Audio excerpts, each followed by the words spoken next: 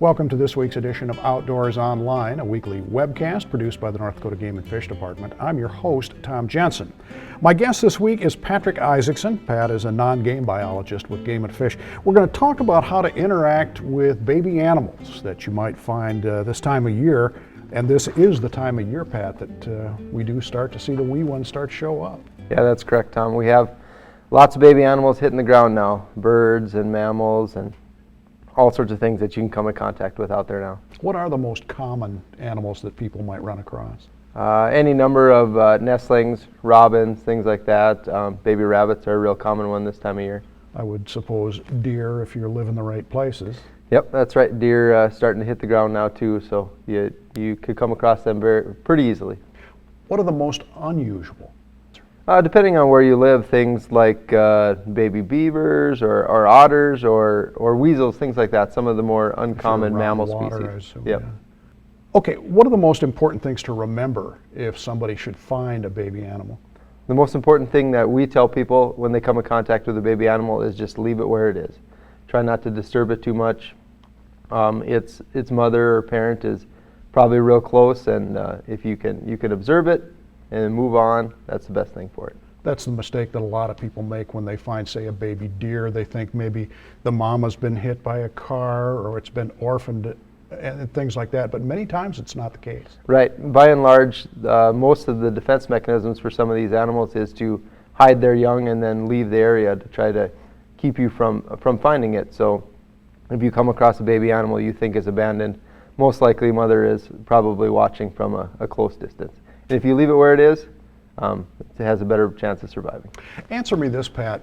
Is it an old wives' tale that if you handle a baby animal, if you pick it up, if you play with it or whatever, that the mother will abandon it, that it won't take it back?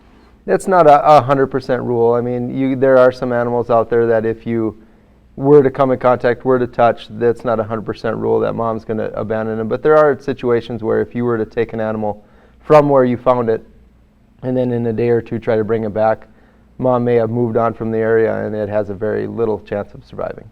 Pat, how about if you're taking your dog for a walk and he sniffs out a young of the year animal? How do you avoid that situation? Sure, this time of the year, something that we'd tell people when they're out walking their dog is maybe keep it on a leash this time of year. You have a better control of the animal. And try to avoid areas with dense cover. That's where baby animals are going to be hiding this time of year. Sure. So if you can avoid tall grass or riparian areas when you're walking your dog, you're probably not going to come in contact with too much. Are there actually laws that govern this type of thing?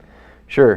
One of the most important is that no one is allowed to be in possession of a live wild animal in the state. So you actually picking up a baby animal and taking it with you is against the law.